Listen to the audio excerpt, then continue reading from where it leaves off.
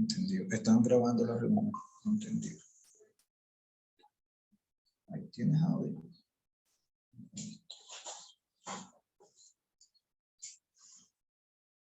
Buenos días. ¿Me escuchan?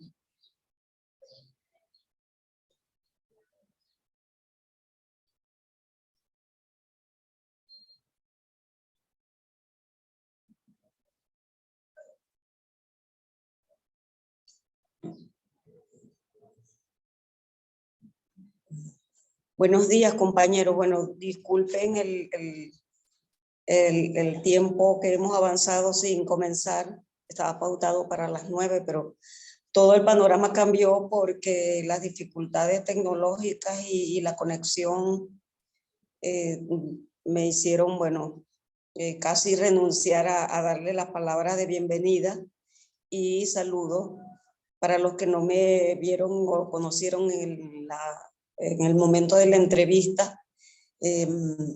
Yo soy la profesora Gina Ojeda, la jefa del programa en Maestría en Museología. Y bueno, de verdad complacida con el grupo bastante importante de personas que estuvieron interesadas en hacer la maestría en museología que imparte la Universidad Francisco de Miranda desde el año 1993 con, vamos a decir así, que un récord en cuanto a que fue la primera maestría en museología del país y aún creo que ahora hay una especialización en Caracas, creo que van a abrir una especialización o maestría también en los Andes, pero bueno, sigue siendo de gran importancia nuestro estudio de posgrado en cuarto nivel. En esta oportunidad vamos a iniciar con el módulo Historia de las Ideas, que bueno, está concebido como una disciplina que hace una revisión de las ideas filosóficas que cambiaron el mundo y que en las cuales está inmersa la cultura, por supuesto, y la institución museística. Nosotros tuvimos para este módulo, debo decirles que el profesor que lo imparte, un profesor que nos apoya desde la Universidad de los Andes, sin embargo, ahorita estuvo complicado para comenzar y nos está apoyando muy gentilmente la profesora Ana María Montero con una gran trayectoria en el ámbito cultural, museístico. Ella es museóloga egresada también de la Francisco de Miranda y bueno, nos está apoyando con este módulo. También tiene más adelante 2 módulos más, los que siguen. Son fundamentos de la museología y teoría museológica. Yo quiero agradecerle a la profesora Ana María Montero, bueno, públicamente el apoyo que nos está prestando, porque fue algo así también como que muy rápido, ¿no? El llamado para que nos apoyara. Bueno, muchachos, estamos entrando a este mundo de la museología tan hermoso, importante para el desarrollo cultural y del ser humano, ¿no? Es un área que ofrece no solamente esa parte de esparcimiento, sino el conocimiento que provee la colección que tenga cada museo, y si no es una colección material, la parte inmaterial que es muy importante, ¿no? Para ese aprender y ese conocer. Le damos entonces la bienvenida a la profesora Ana María y les deseo muchos éxitos. Gracias. Disculpen nuevamente.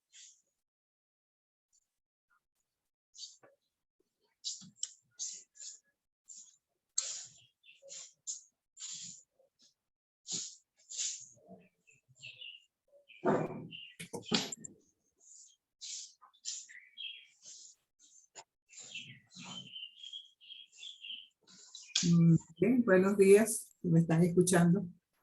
Sí. Buenos días, Ana María.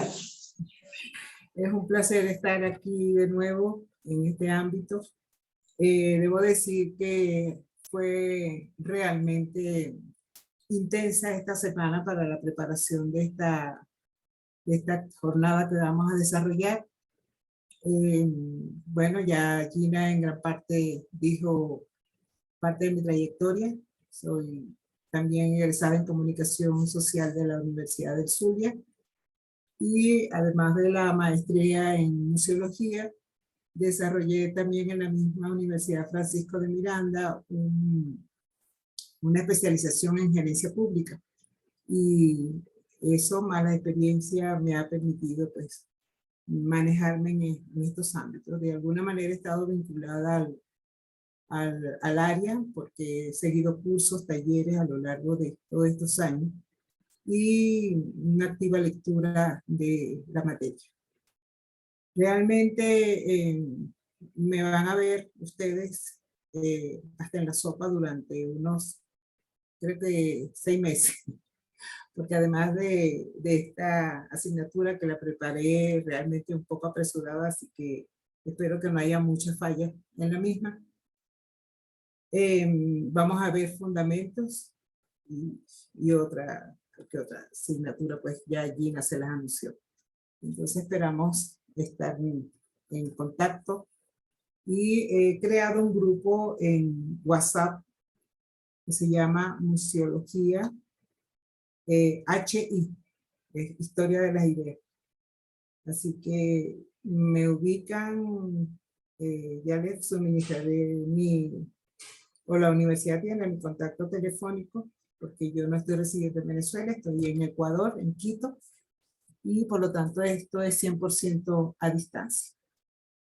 He preparado la forma como nos fue dictada la asignatura, realmente, aunque fue muy interesante, está muy sopesada al ámbito filosófico puro, como filósofo que es el profesor que nos dictó la asignatura.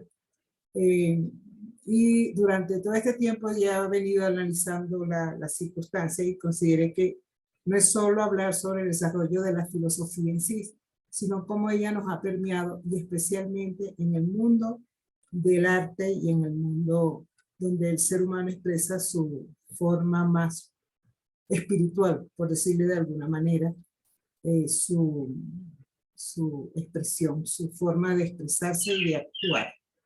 En este sentido, he preparado para el día de hoy un pequeño video BIM, ni tan pequeño, pero es algo que esperamos desarrollarlo. Si no lo podemos terminar hoy, por lo menos mañana, porque creo que la actividad es para 2 días, viernes y sábado. Bueno, esperamos que realmente podamos compartir información, porque en estos procesos no solo se enseña, también se aprende. Y eso es algo que queremos desarrollar. Voy a compartir con ustedes entonces el material que les he preparado sobre lo que son la historia de las ideas. ¿Lo pueden ver? Si alguien que me escucha me indica.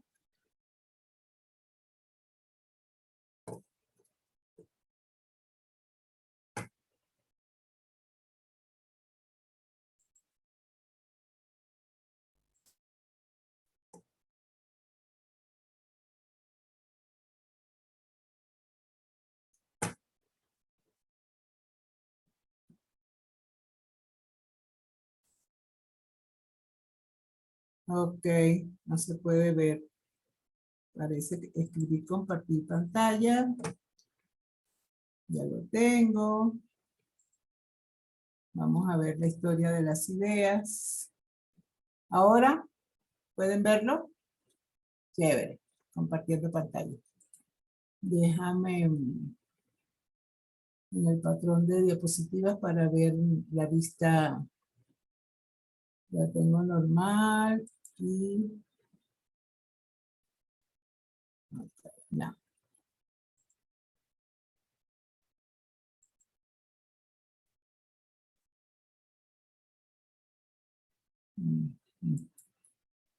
Quiero regresar para irme a la diapositiva tal cual y ahora no puedo.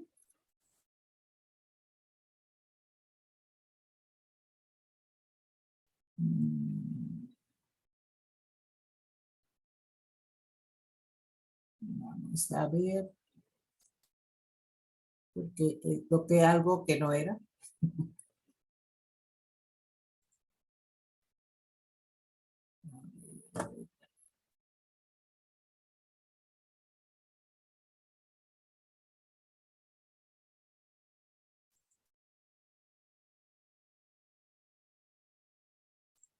Vamos a finalizar esto porque no me quiero. Me disculpan ahora aquí.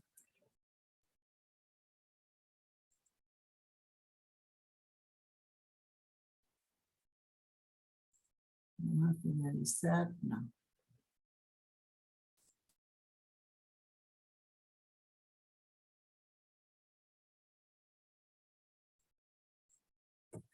Caramba. Estos profesores con estas tecnologías.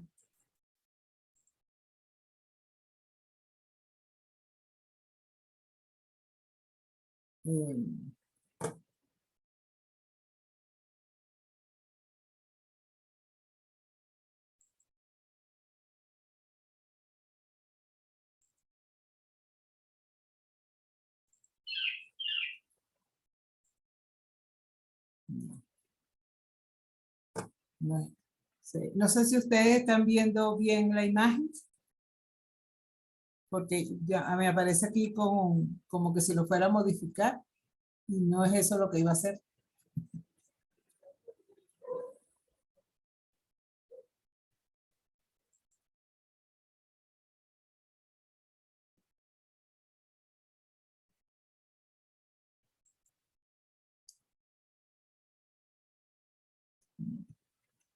Estoy compartiendo pantalla, pero no. Vamos a reiniciar de nuevo.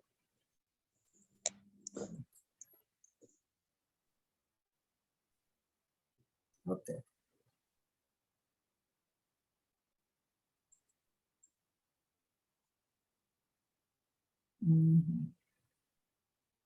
Ok.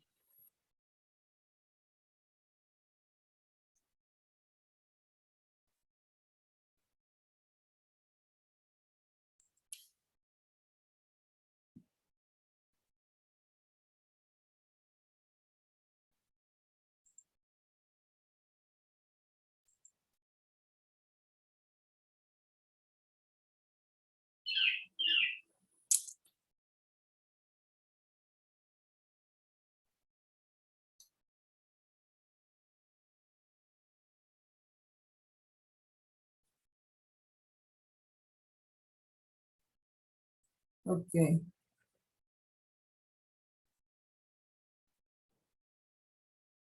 Cierra vista patrón.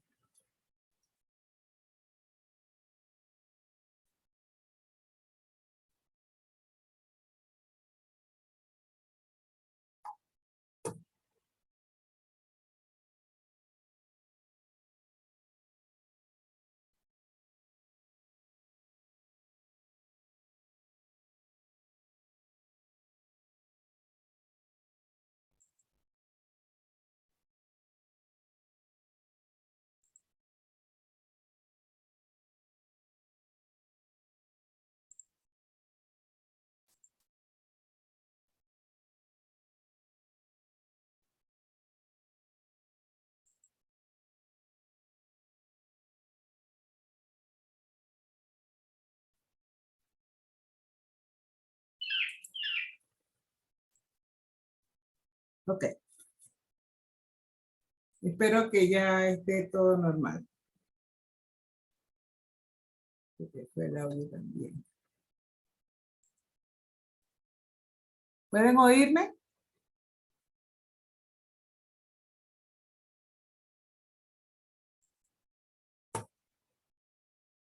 No los escucho, por lo tanto me preocupa.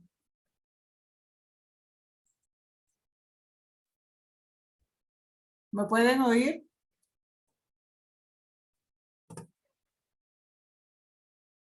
¿Pueden escucharme?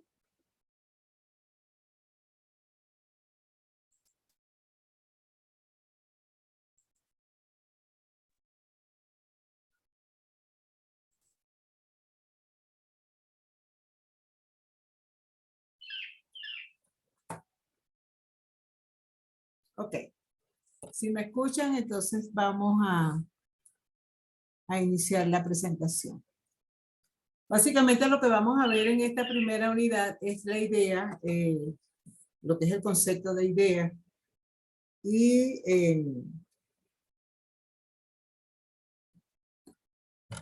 todo lo que es, porque todo parte de la idea. Los seres humanos en líneas generales pensamos y compartimos ese pensamiento. Y de esa compartir es que surge la idea. Considero que debemos analizar el concepto de la idea porque a veces se pierde y entonces eso tiene que ver mucho con lo que sentimos y lo que vemos. En este sentido, se plantea la idea como concepto, ¿verdad? Estudiar lo sensible y lo visible que puede hacer. Y para ir introduciéndonos luego a las ideas, lo que son las ideas y su materialización en el objeto, porque todo objeto, toda cosa que existe, parte de una idea. Aparte de eso, veremos cómo ese elemento va surgiendo y va desarrollando un pensamiento que donde nuestra cultura, que es eurocentrista y de allí se divulga hacia el resto del planeta, salvo algunas pequeñas excepciones en el mundo por aislamiento o por poca comunicación entre los territorios. Pero todo este concepto se viene desarrollando todo en el continente euroasiático, que comprende no solo los países europeos, sino también China, que constituyen todo un continente. Y dentro de ello vamos a abordar lo que sobre el tema empiezan a desarrollar los presocráticos, y sobre todo Platón y Aristóteles, más que el propio Sócrates. Y más adelante vamos a hablar sobre lo que es una costumbre muy humana, que es el de recolectar cosas, y que ha dado pie a la creación del coleccionismo, cómo se origina y qué efectos tiene, y los casos específicos que permiten ir desarrollando lo que luego se constituirá en el museo, como son las acciones en relación a ese coleccionismo de objetos y cosas interesantes que podrían llamar la atención de los humanos de las civilizaciones babilónica, egipcia, por supuesto Grecia, y concluiremos con Roma, ¿verdad? ¿Qué son las ideas? Para los seres humanos, desarrollar las ideas realmente es algo que es inmanente a su forma de ser. En este sentido, vamos a ir abordando entonces el tema de cómo el ser humano empieza a desarrollar las ideas a partir de su entorno, a partir de su vida. En su sección metafísica, lo sensible remite en los filósofos griegos sobre todo, y en general, sobre todo de Platón, a la realidad que es el objeto de la sensibilidad, a lo que puede ser captado mediante los sentidos generadores de ideas, lo que percibimos a través de la mirada, del gusto, de escuchar, de sentir. Y todos esos 5 elementos se unen, ¿verdad? Nos permiten esos sentidos generar un tercer sentido, que es el que nos lleva realmente a vivir y a sentir lo que nos rodea, lo que una cosa, un objeto, una circunstancia nos transmite, nos hace vivir.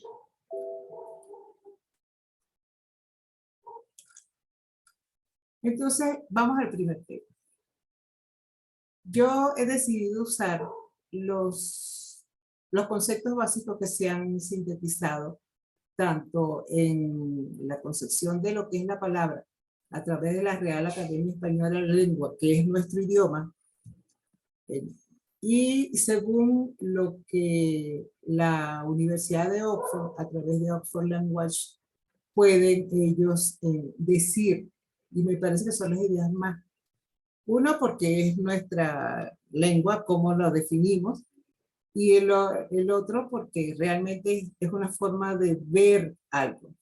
Si ustedes lo pueden seguir conmigo la lectura, dice que la idea, según la RAE, la define como el conocimiento puro, un conocimiento racional, debido a las condiciones de entendimiento que tiene el humano en su interrelación. Por ejemplo, cuando hablamos de la idea de la justicia, se dice que la justicia es una idea innata porque se refiere a lo que debe ser justo, lo que debe ser verdadero entre un comportamiento y en una relación que se puede establecer entre personas. También se define como una serie de conceptos que forman la abstracción, que representan realidades reducidas a una unidad común o que existen en diversos seres. Por ejemplo, y aquí les coloco este, cuando se definen las especies de animales, vegetales o minerales, se está dando una idea de lo que es un animal. Un felino, es lo que vemos. Puede ser un gato, un tigre, pero constituye un grupo familiar que se define como felino. Y los vegetales y los minerales, ustedes pueden mentalmente asociar algunos de ellos y realmente entender y saber a qué se refiere. Y eso es la idea. Y según Oxford, la idea se define como la representación mental de algo, que puede ser material, lo que vemos, o inmaterial, lo que pensamos. Puede ser real o puede ser imaginario. Y puede ser concreto como puede ser abstracto. Es decir, lo podemos ver como lo podemos simplemente imaginar. A esto se llega tras la observación de ciertos fenómenos, la asociación de varias representaciones mentales, la experiencia, las vivencias que se dan en cualquier sociedad, y todo ello va creando un esquema dentro de nuestro pensamiento y que nos lleva a desarrollar lo que es la idea. Según Rousseau, el buen salvaje se apoya en una larga serie de experiencias, porque ya ustedes más o menos deben recordar ese personaje, Jacobo Rousseau, que realmente define muchas cosas a través de lo que es el comportamiento del ser humano, y que su existencia se apoya en las experiencias que ha llevado. Y esa experiencia es una acumulación de las ideas. Y eso era lo que pensaba Rousseau de esa forma de actuar. Y también se define como la noción elemental de conocimientos, ¿verdad? De algo específico. Cuando ustedes se disgustan con alguien que les piden que ejecute una acción y la otra persona no la ejecuta, usualmente esta es nuestra expresión favorita. Esta persona no tiene idea de nada. Entonces la idea es algo que los griegos nos llevaron a definir. Es lo que realmente nos da fundamento para pensar. El pensamiento se basa realmente en el desarrollo de las ideas. Y eso se empieza a estudiar con mayor precisión en ese continente, pero específicamente en un punto que está central, que está entre lo que es Europa como tal y lo que es Asia, Grecia. Si ustedes ven ese punto, esa área azul, todo ese componente de territorio es Grecia, lo que es la Grecia actual. Pero allí fue donde se empezaron a estudiar y a presentar ese tipo de estudios.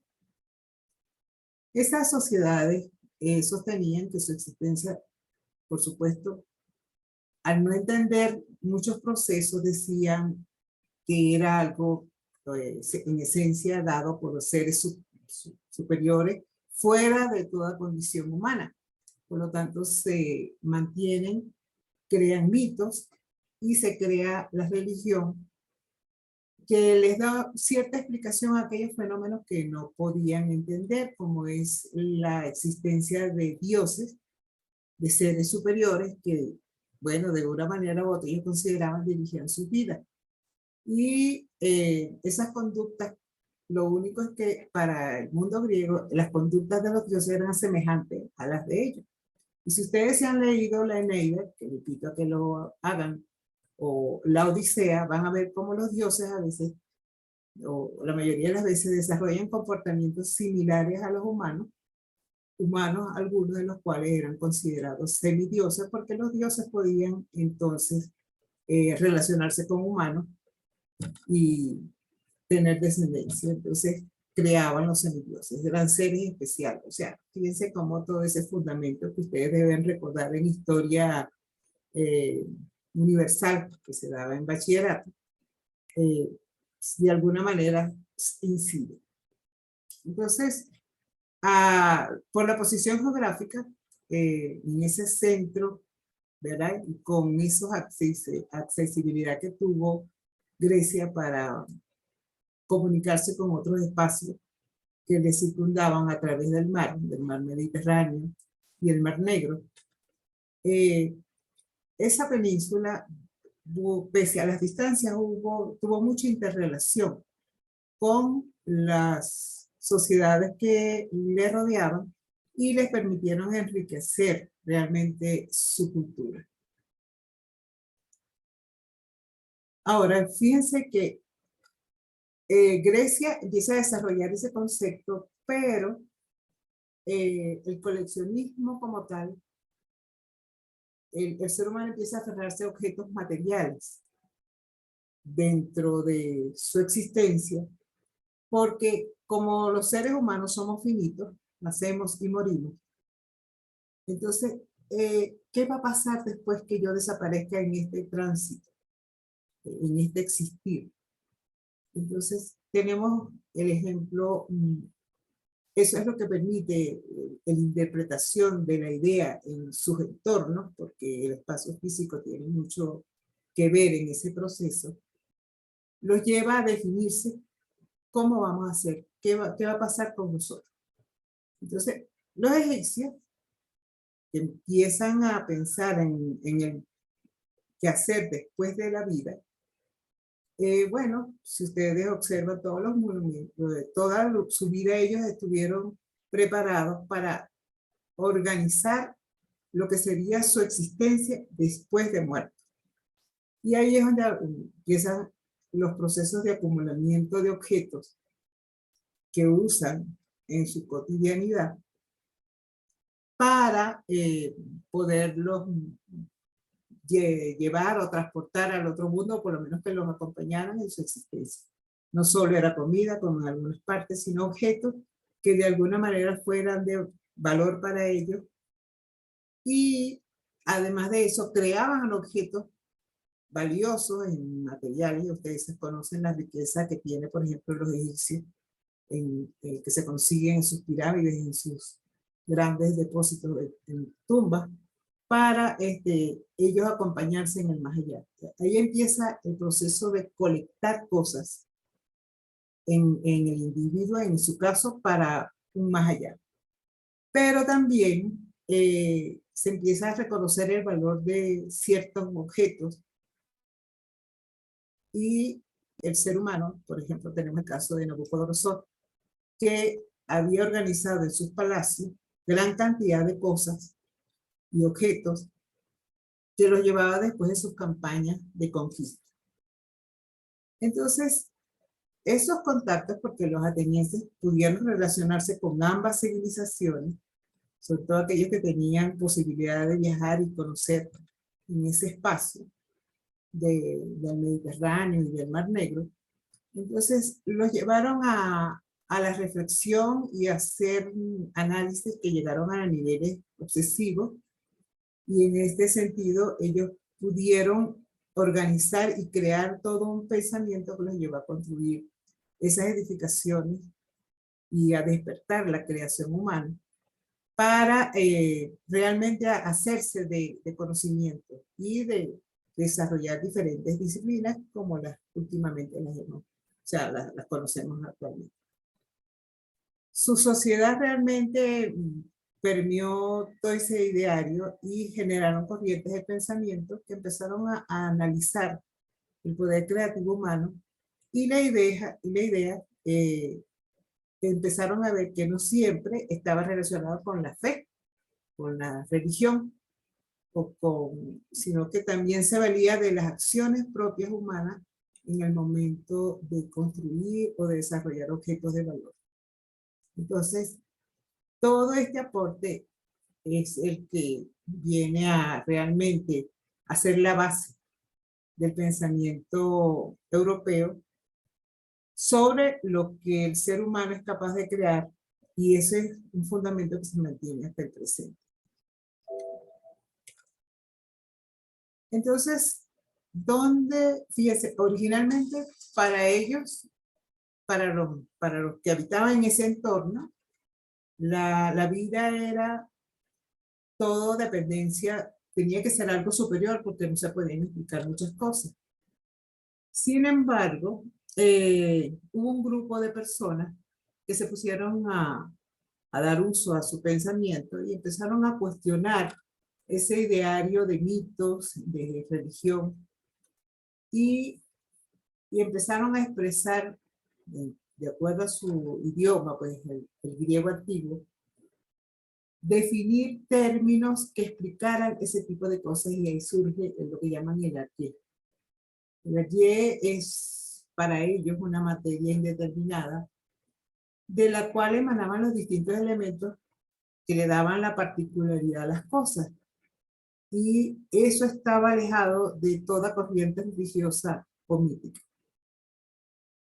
Eso, antes de que surgieran los pensadores como Sócrates, Aristóteles, Platón. Los más producto de ese pensamiento, Tales de Mileto considera que lo que da origen a todas las cosas es el agua. El agua es donde surge la vida, según Tales de Mileto. Sería interesante que ustedes se busquen esos textos de Tales de Mileto en la web, la pueden conseguir, sobre las consideraciones de este autor para la existencia, tomando como base el agua como origen de todas las cosas. Aparte de Mileto, a Anaximandro, también de Mileto, otra población griega, el Argel-Apeirón. ¿Qué es el apeirón? Bueno, lo indefinido, lo que no se sabe de dónde viene, de cómo surge. Para él, todas las cosas participan de todo, o sea, todo está interrelacionado. Y lo que a él se le ocurre es que la inteligencia es la que gobierna y la que decide sobre lo que se puede hacer. O sea, todo parte de la inteligencia, pero la inteligencia no es un bien material, no es asequible de una manera física, sencillamente es algo pensante. O sea, él está entendiendo que el pensamiento es lo que permite la generación de las cosas. Anaxímenes de Mileto, para él el arjé era el aire, porque él decía que es como los seres humanos una vez que mueren pierden todo conocimiento y es como si se escapa algo. Ese algo es el alma para él. Y el alma es aire porque no es posible que pueda asirse. Y por lo tanto, una vez que se escapa del cuerpo, se va la vida. Entonces, para él, el aire que se representa en la forma de respirar, de cómo vivimos y sin aire no podemos, nos asfixiamos y morimos. Entonces, ese fenómeno tan cotidiano para los seres humanos, es lo que, a lo que él sostenía era el origen y el motivo de la existencia. Entonces, Anaxímenes de Mileto es otro autor que ustedes bien podrían ubicar para leer y conocer. Porque de alguna manera esos pensamientos también están, de alguna manera se relacionan con muchos descubrimientos recientes. Y Pitágoras de Samos, para él era, bueno, ya ustedes conocen más o menos las leyendas de Pitágoras, el arjé es el número, porque para él nada perece del universo, todo cuanto acontece en él no pasa de meras transformaciones, inclusive la muerte, el cuerpo se descompone, se vive, se nace, se muere, hay descomposición y ese ser puede volver, según él también creía, puede volver a vivir aunque transformado.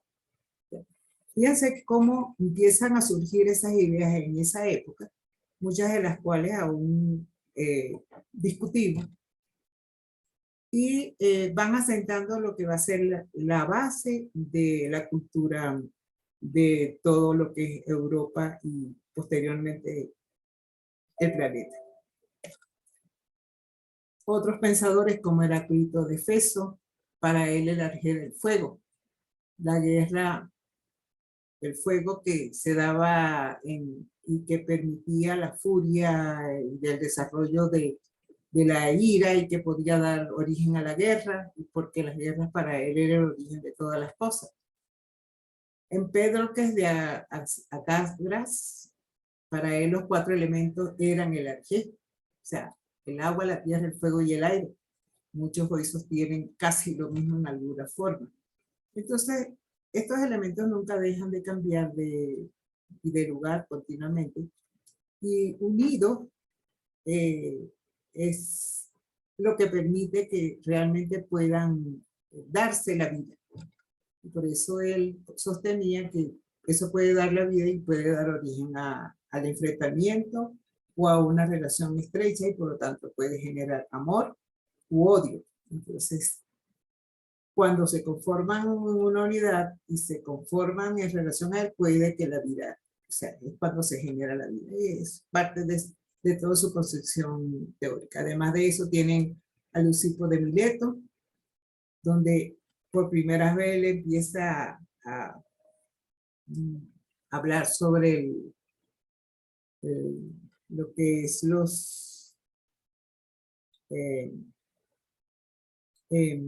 el átomo, perdón, me distraje en algo. Entonces, todos estos autores que hemos estado hablando de la antigua Grecia, como tal Leucipo puede empezar a hablar sobre los átomos, un elemento que para ella, esa época, no era reconocible y ahora se reconoce la existencia del átomo, porque también él consideraba que las cosas se daban todas porque se tenían que dar, no era al azar, todo era sobre la razón y todo está conectado a la necesidad que surge del ser humano ante circunstancias diversas.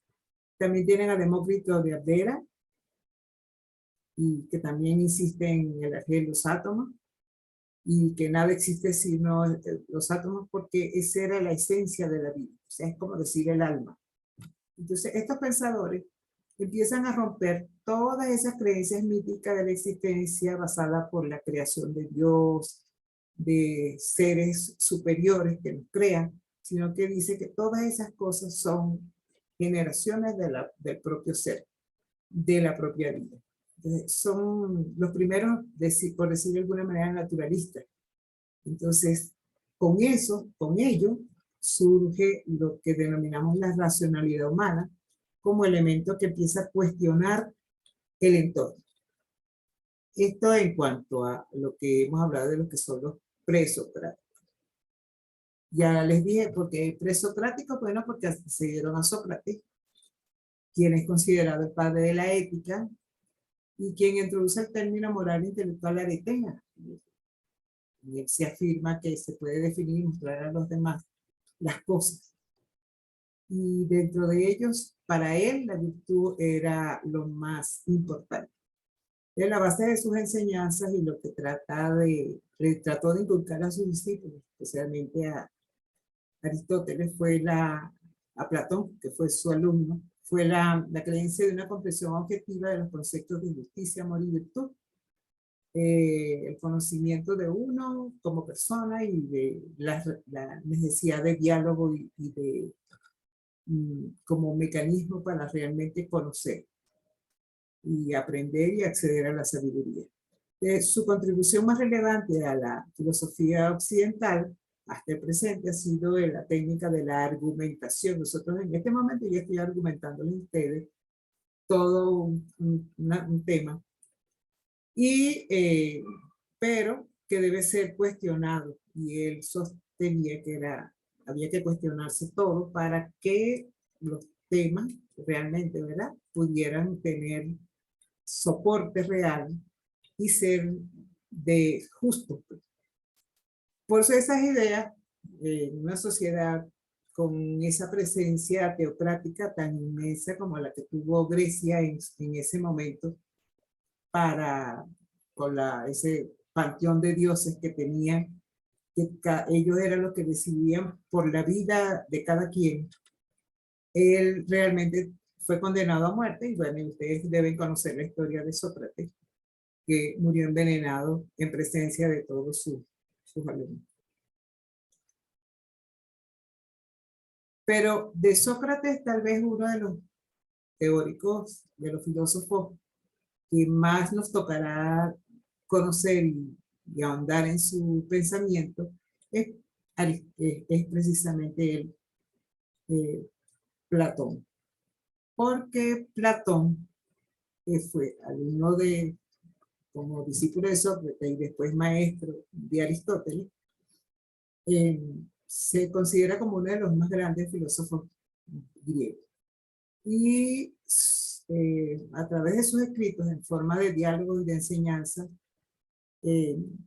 pudo trascender a través de los tiempos, y todavía hoy son muchos los que trabajan y sobre todo buscan su pensamiento. Platón su núcleo es la teoría de las ideas. Y aunque no se encuentra formulada en una sola obra, su desarrollo se puede conseguir en los textos de la República y de Fedón. Para él, el humano, como lo dice su pensamiento, el cuerpo es donde transitamos, pero su esencia está en las ideas, en el pensamiento y en los sentimientos. Y esos son los elementos que nos permiten avanzar y seguir. Y sus ideas fueron aprendidas por sus discípulos, que realmente todavía en nuestro existir, Platón es considerado uno de los más importantes filósofos que ha tenido la humanidad. En su propuesta filosófica, Platón divide la realidad en dos mundos, el mundo sensible y el mundo visible. Uno contiene las formas y entidades que se captan a través de los sentidos y son cambiantes, y por el otro lado el mundo que es inteligible, que no es asible, que no se puede, no es físico, y ese es el mundo de las ideas. Y ahí es donde él es el primero que empieza a abordar la idea como concepto, donde conviven las cosas universales que están más en el tiempo y en el espacio, y por eso su ideario está activo hasta el presente. Para él, nosotros percibimos las cosas, pero son copias, o sea, lo que percibimos y nos imaginamos no es lo real, no es lo original. El original está en la mente, no en el objeto en sí. Porque en el mundo de las ideas, todo es perfecto, no cambia. En cambio, es eterno. Entonces, eso es lo fundamental en la idea de Platón. Las ideas son permanentes. Es la esencia, existen porque aunque el ser humano de repente no lo perciba, está allí. Eso es su fundamento. Y eso de alguna manera ha sido comprobado en los últimos tiempos Y hoy tenemos que la esencia son parte del conocimiento abstracto y no pueden ser objeto del conocimiento sensible, pues no se pueden materializar. La idea está en la mente, está en el pensamiento. Y solo a través de la razón del pensamiento, ¿verdad? Están allí y ahí se mantienen. Son como eternas y están cada una definida.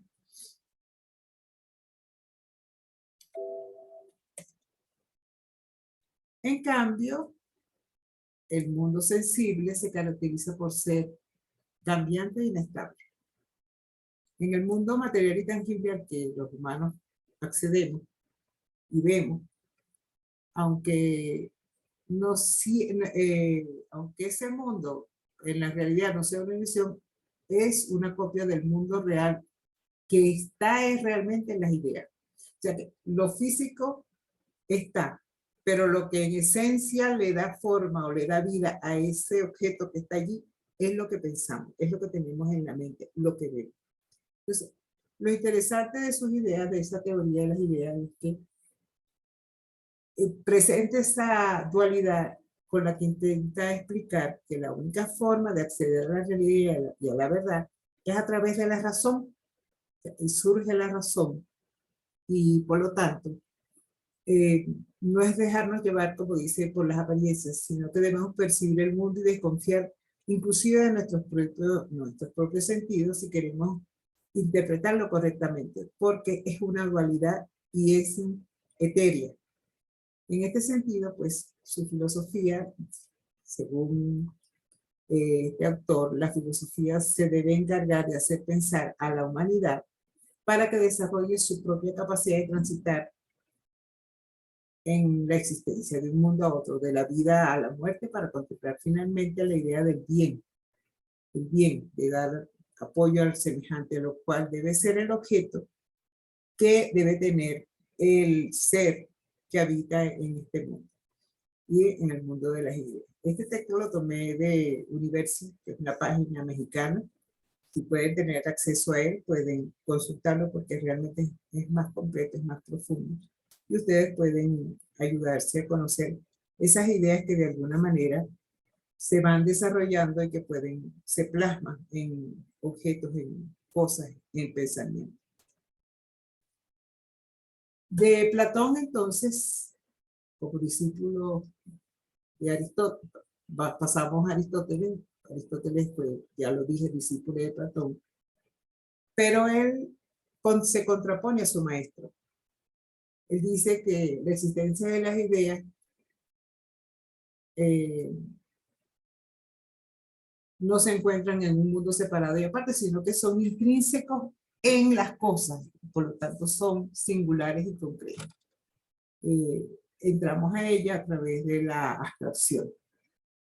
Esto se considera tal vez su aporte más importante y es el pensamiento que más ha perdurado en nuestra civilización occidental. Se considera como eminencia creador de la lógica, que es la herramienta fundamental que nos permite investigar el razonamiento válido, puro y formal, tomando en consideración la función de los silogismos y los tipos de juicios utilizados para analizar los hechos. Uno de los aportes importantes de Aristóteles fue que sistematizó la ciencia en la antigüedad. Es el primero que empieza a establecer que la ciencia tiene una forma de organizar y de clasificarse. Las ciencias teóricas, donde estudiaba la física, las matemáticas y la metafísica, las ciencias prácticas, que se dan en el comportamiento, en la política y en la forma de conducirnos, y por supuesto las ciencias productivas, que apuntan a la creación de objetos.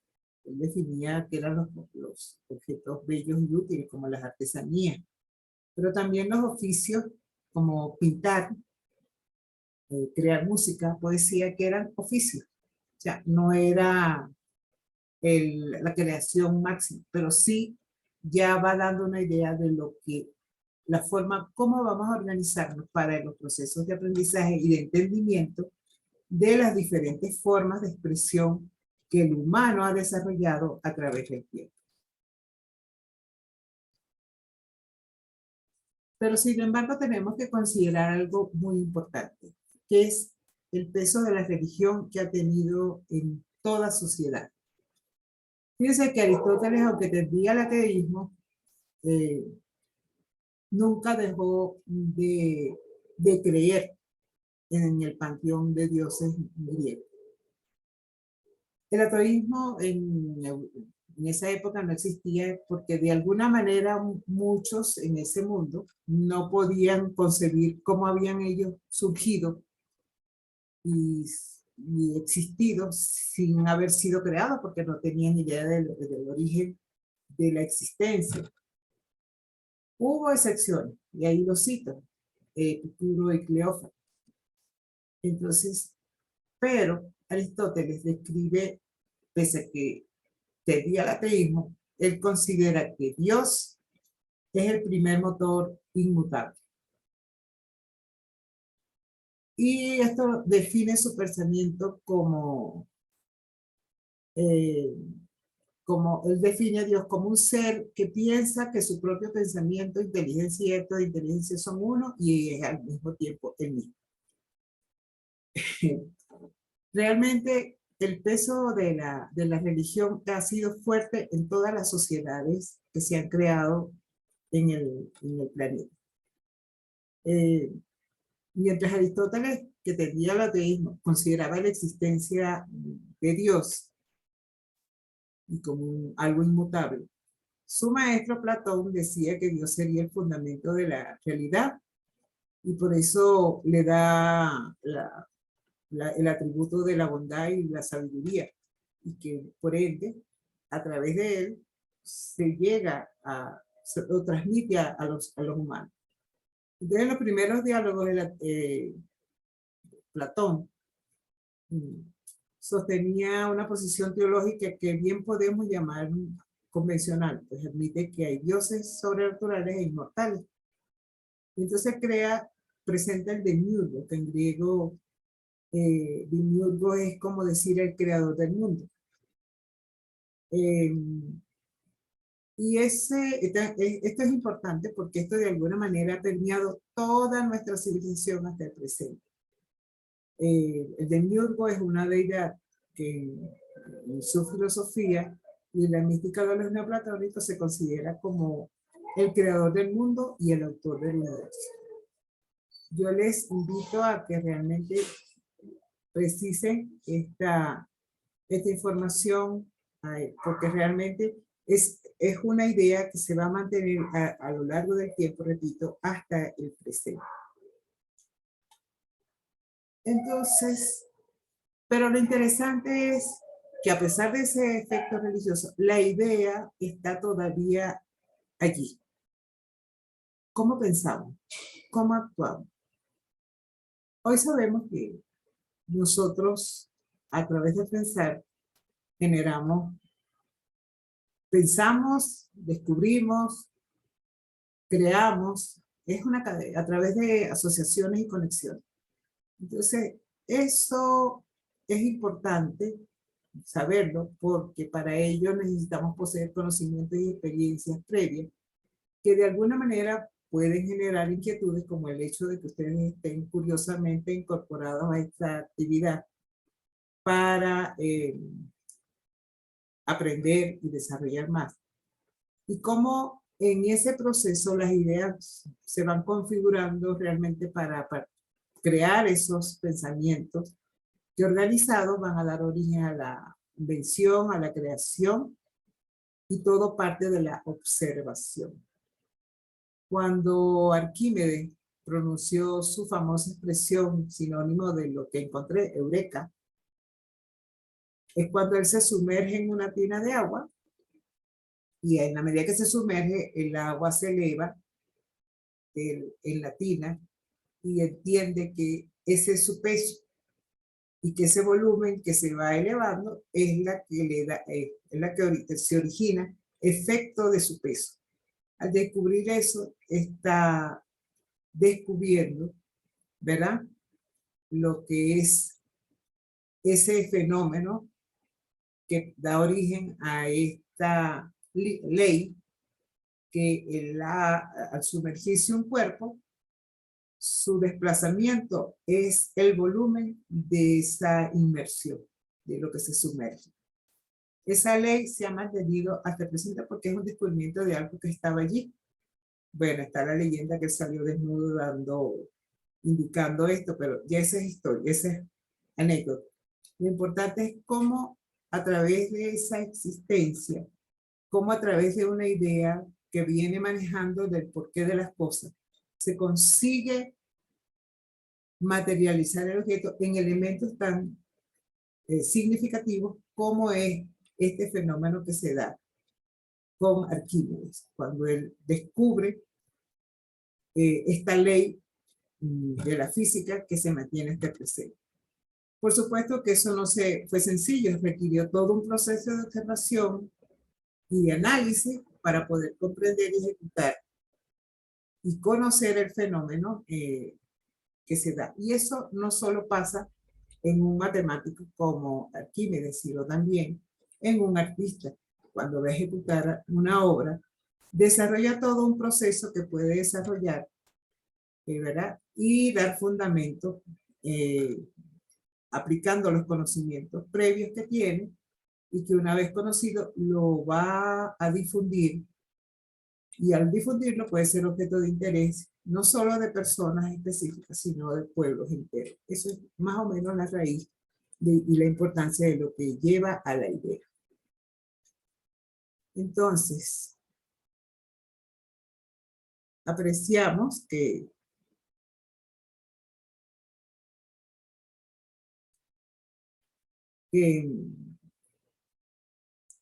a través de todas esas citas que hemos realizado de estos filósofos griegos, cómo se viene desarrollando las ideas, de dónde provienen, dónde se encuentran, cómo se introducen en nuestra cotidianidad, hasta formar parte de un proceso que está motivado por la curiosidad y que genera el pensamiento y la creatividad que se expresa y da origen a la elaboración de objetos y creencias que marcan la cultura en todos los ámbitos, incluida la relación con el entorno vital, el espacio físico, geográfico, ese conjunto de ideas y de pensamientos conforman los procesos identitarios, los que me identifican con mis semejantes, y que todos eso los vinculamos a ese espacio en el cual también, del cual también vamos a recibir influencia, y también de lugares que están cercanos o con los que tienen posibilidades de relacionarse, bien sea distantes por viaje, etc. Y esas relaciones que pueden darse de forma pacífica o violentamente, siempre de alguna manera motivan, tienen una motivación, que es la curiosidad del humano por conocer, por descubrir. Cuando uno va a un sitio que no conoce, trata de indagar lo máximo de ese espacio. Eso es algo tan cotidiano que a veces no le prestamos atención, pero es fundamental porque es uno de los factores que realmente van a promover el interés por los conocimientos, lo que esos conocimientos generan con la creación de objetos y cómo esos objetos que pueden ser compilados pueden despertar el interés de las personas, sano o insano, hasta buscar su apropiación, la necesidad de tenerlo como parte de la cotidianidad. Eso es lo que da origen al coleccionismo. La colección de cosas, de objetos en los seres humanos. Todo derivado de esas ideas que nos permiten descubrir cosas que de alguna manera nos pueden llenar.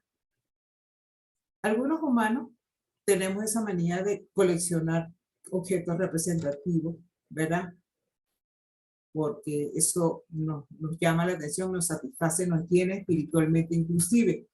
Entonces, al acopiar objetos que se parezcan o sean variados pero que puedan ser valiosos en cuanto a lo que puedan significar o a lo que sean, con lo que sean elaborados y puede, o sea, la parte material, y pueda tener un interés tanto de carácter espiritual como material, se van adquiriendo.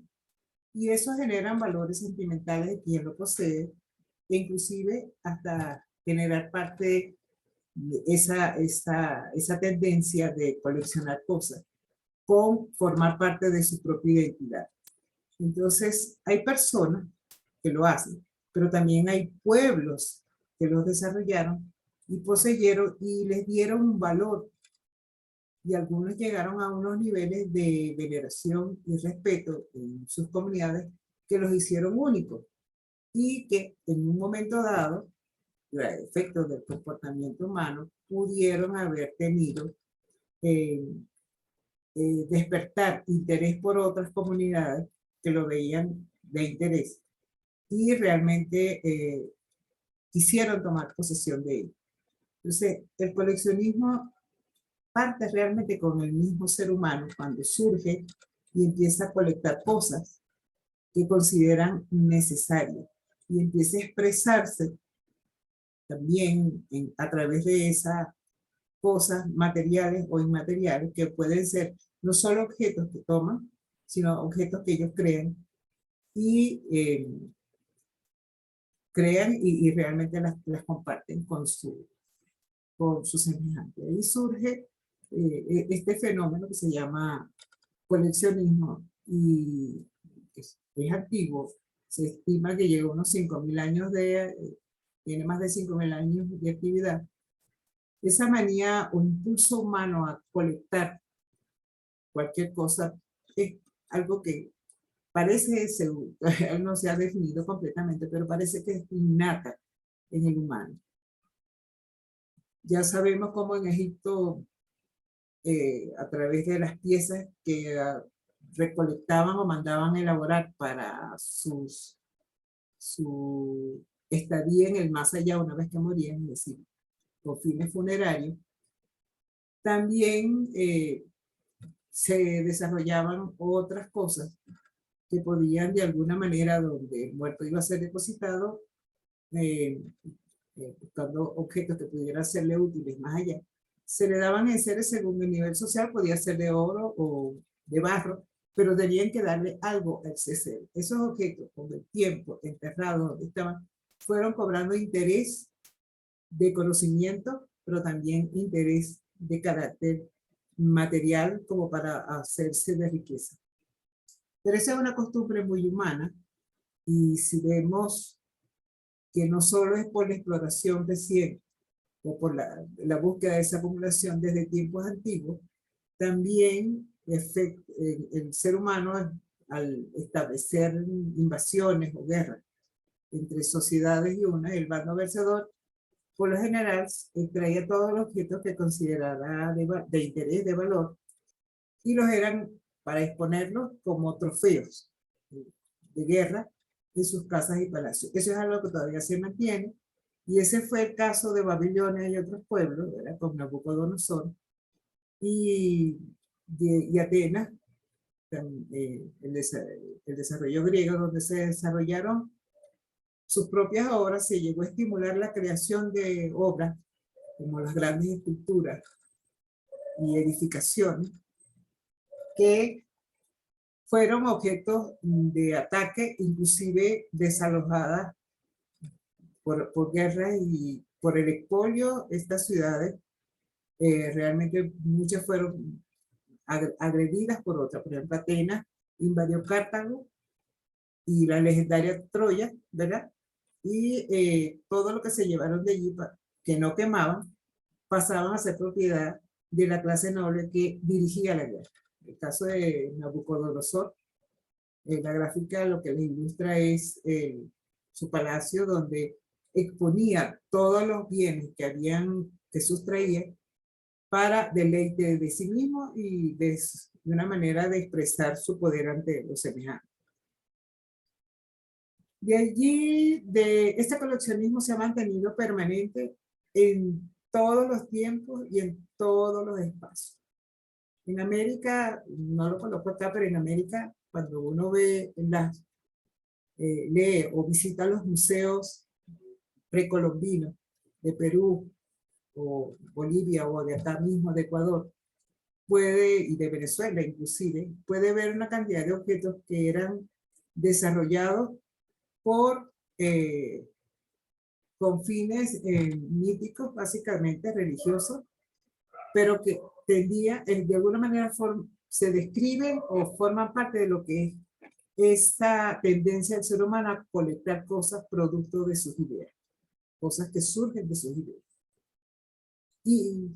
Pero como nuestro estudio depende básicamente de ese mundo, de ese territorio, ya que América era desconocida para ese entonces, y parte de algunos pueblos de Asia, se desarrolló sobre todo esa idea en esa zona que es Europa, básicamente. Y ya ustedes saben que, si recuerdan la historia universal de bachillerato, que después de Atenas empieza a surgir Roma tras la caída de Troya. Por cuanto de Troya surgen los primeros, la huida de la dirigencia de Troya se trasladó hacia esa otra península que hoy conforma Italia, y donde se funda la ciudad de Roma. Es una cadena de Troya. Surge realmente la civilización que posteriormente denominamos romana, huyendo de sus enemigos griegos. Roma crece, se desarrolla y extiende su frontera y también su afición por el arte. Esta ciudad todavía existente, como Atenas, progresivamente se va enriqueciendo, sobre todo porque fue una sociedad muy guerrera y va dominando territorios, y en cada dominación de territorios sustrae objetos, no solo personas que los llevaban como esclavos, sino también los objetos que poseían esas personas que ellos veían de valor, especialmente de piedras preciosas o metales como el oro o la plata, y los utilizan como parte de sus monumentos en honor a los dioses por la ayuda prestada, ya que ellos tenían también un panteón que toman de los griegos y que otorgan al Estado. A medida que los ciudadanos adquieren mayor relieve personal, ellos van utilizando esos trofeos. Originalmente se los llevaban a los templos, pero después para la decoración de sus casas. O sea, el enriquecimiento se da con esos botines de guerra que aún hoy se mantienen, pero que de alguna manera les daban mayor riqueza y mayor prestancia dentro de su sociedad. Esta afición para coleccionar antigüedades estaba reservada originalmente a la nobleza, por supuesto, pero se convirtió en un símbolo de poder político, social y militar, y a lo largo de la historia hasta el presente se ha mantenido esa forma. Pues quienes se apropian de lo mejor, los que tienen la posibilidad de comandar. Entonces hoy esas obras todavía se sigue haciendo esos expolios. Recientemente, y se los coloco acá, 2 museos de la ciudad de Gerson en Ucrania. El ejército ruso, cuando se retiró, se llevó una gran cantidad de objetos de esos dos principales museos. Y recién, hace unos años, en Irak, con la invasión norteamericana a Irak, no solo se llevaron, también destruyeron piezas arqueológicas. O sea, que el proceso se sigue dando. Las imágenes que ven, por ejemplo, la de arriba, es un friso que recuerda la derrota. Es un friso que crean los romanos para celebrar la derrota al pueblo judío, y cuando destruyeron el segundo templo de Jerusalén, y entonces ellos crearon ese mural para exhibir los objetos que eran sagrados para la civilización israelí de su época, para los judíos, que fueron tomados por el ejército romano, sustraídos y llevados a Roma y expuestos al público como bienes sustraídos durante la guerra. Y en la imagen inferior, cómo parte de la destrucción de las piezas arqueológicas de los museos iraquíes durante la invasión norteamericana. Es decir, que el coleccionismo permite hacer, pero también destruir. En algunas ocasiones, esa destrucción o ese apropiamiento de piezas ha permitido que sobrevivan y se puede estudiar mejor ese comportamiento humano. Parte del conocimiento que le estoy dando obedece a ello. Y entonces es lo que permite realmente dar importancia a lo que es el coleccionismo. Si es bien pensado y organizado y respetuoso, este permite resguardar y conocer áreas temáticas diversas que pueden tener una importancia vital para entender las culturas, los ambientes y las tradiciones de una región o un país, que es el fundamento del museo.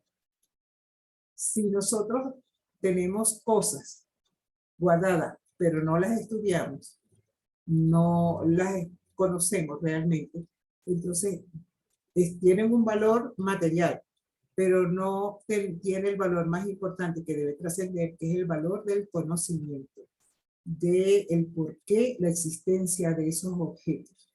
Entonces, aunque algunas de estas colecciones a veces provengan del expolio, si las protegemos, realmente nos pueden servir de materia de estudios de lo que hemos sido como humanos. En la actualidad, algunos países europeos, inclusive después que se han dado a llevar objetos de otros países, sobre todo de América, del sur de África, de la África subsahariana, de algunos pueblos isleños de toda la zona oriental del continente europeo, como son las culturas china, japonesa, coreana, filipina. O sea, son zonas que fueron objeto de expolio en su tiempo, sobre todo Filipinas, y en la actualidad están inclusive tratando de devolver a algunos países esos bienes físicos a sus pueblos originarios. Como digo aquí, lo que se espera es que no solo devuelvan el objeto, como están regresando objetos acá a América, sino también que ellos ya han desarrollado estudios a esas obras y esa información también debería ser regresada o enviada a los países a los que corresponden el bien, porque forma parte de la identidad de esos pueblos. Y en ese sentido está ayudando mucho el cambio de paradigma está dándose en estos tiempos, del respeto a las identidades y del respeto a las condiciones de cada región, de cada pueblo. Y en eso estamos en un proceso donde los paradigmas están cambiando. Ya no solo es la búsqueda del objeto en sí, sino también de entender ese objeto en su entorno físico, en su entorno geográfico. Y esa es parte de un paradigma que está cambiando y que está influyendo notablemente. Aparte de eso, ya no solo son piezas creadas para la colección de materiales preciosos. Cada objeto que el humano crea de alguna u otra forma lo representa y representa su tiempo y su cultura. Por eso vemos las colecciones de estampillas que están desde el siglo XVIII, cuando empezaron a surgir las estampillas. Y como en el presente mucha gente se vuelve loca coleccionando los muñequitos de Lego que representan parte de nuestra cultura actual, con la creación de superhéroes, etc. Entonces, todos esos elementos de alguna manera, por muy insignificante que sea, como puede ser ese muñequito Lego que está allí, representa lo que somos y lo que ha sido el ser humano en el tiempo.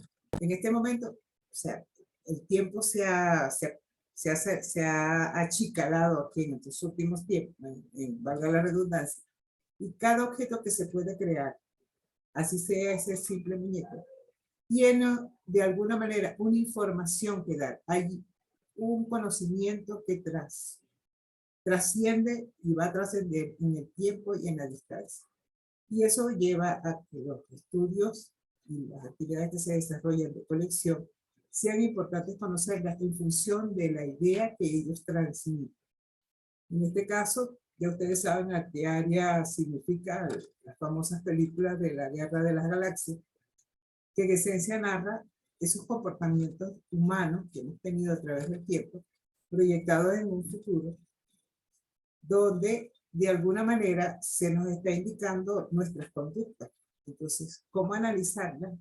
¿Cómo pensarlas? Por ejemplo, Lord Vader, que es un ser malévolo en esencia bueno y después vuelto malo y después vuelto bueno. Eso es más o menos la línea central del personaje. Cómo de alguna manera marca una conducta de la humanidad. Entonces, cada ser, cada objeto narra una historia. Y eso es lo importante, conocer por qué abordar las ideas y por qué informarnos mejor sobre cada objeto. Y por muy insignificante que pueda parecer, porque cada uno lleva un conocimiento, una idea, y era algo que descubrieron los griegos hace 5000 años y que todavía se mantiene vigente. Para este módulo, la unidad 1, deben investigarse las siguientes cosas: cómo surge el proceso creativo. Sería interesante que se lean La República de Platón, eso lo pueden conseguir en la web. De Aristóteles, lo que significa el libro 1, la metafísica, cómo la abordan. Y hay un texto interesante, ustedes dirán que es la metafísica, lo que va más allá de lo físico, del objeto, de lo material. Entonces es importante que el término metafísico lo empecemos a manejar y entendamos qué importancia tiene la metafísica en el contexto contemporáneo. Hay una aproximación de las ideas filosóficas hasta las ideas que se generan en otras áreas del conocimiento.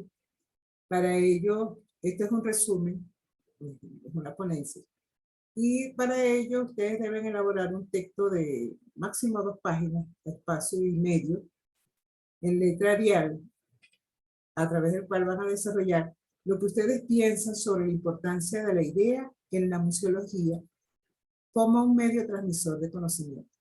Sobre todo, quiero que aborden, repasen parte de esta historia que les he contado y puedan ir desarrollando el tema, porque aunque es bastante teórica la información, es importante que la conozcan.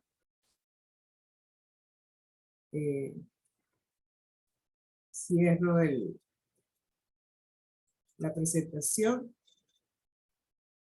y vuelvo a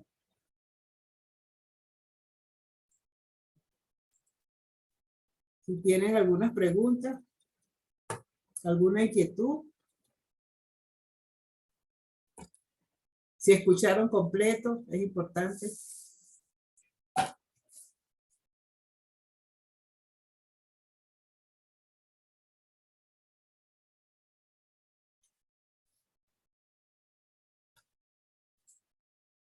Ok.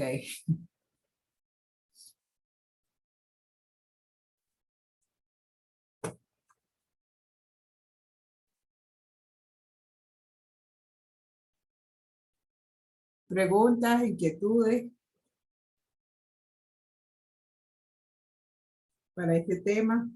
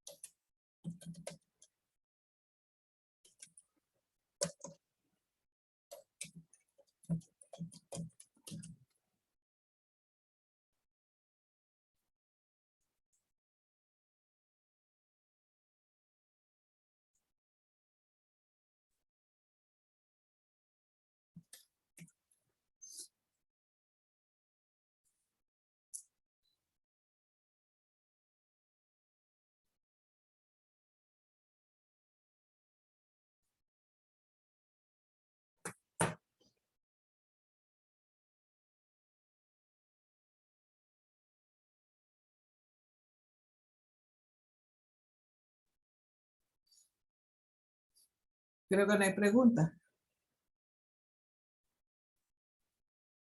Ah, ok. Sí, tengo entendido que la